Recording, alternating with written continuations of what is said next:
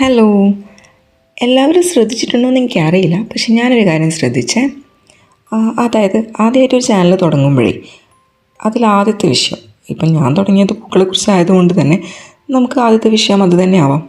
ആദ്യം ഞാൻ അതിനെക്കുറിച്ചിട്ടൊക്കെ സംസാരിക്കും. പിന്നെ അത് കഴിഞ്ഞിട്ട് ആ വിഷയത്തിൽ നിന്ന് തെന്നി മാറിയിട്ട് ഈ ആമസോൺ, ഫ്ലിപ്പ്കാർട്ട് അതുപോലത്തെ ഓൺലൈൻ ഷോപ്പിൽ നിന്ന് വാങ്ങിച്ച സാധനത്തെക്കുറിച്ചായിരിക്കും പിന്നെ അടുത്ത വീഡിയോസ് ചെയ്യാം.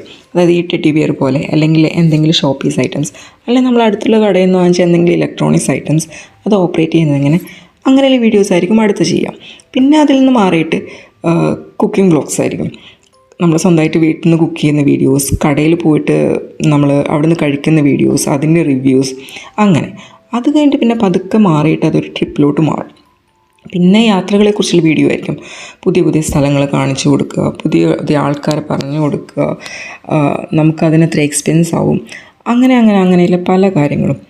പക്ഷേ ഇതൊക്കെ എന്തുകൊണ്ടിങ്ങനെ മാറി മാറിയെന്ന് എനിക്ക് അറിഞ്ഞുകൂടാ. നമ്മൾ ഒരു വിഷയത്തിൽ നിന്നും വ്യതിചലിച്ചിട്ട് ഇങ്ങനെ മാറി പല വിഷയങ്ങളാണ് പിന്നെ കൈകാര്യം ചെയ്തുകൊണ്ടിരിക്കുക.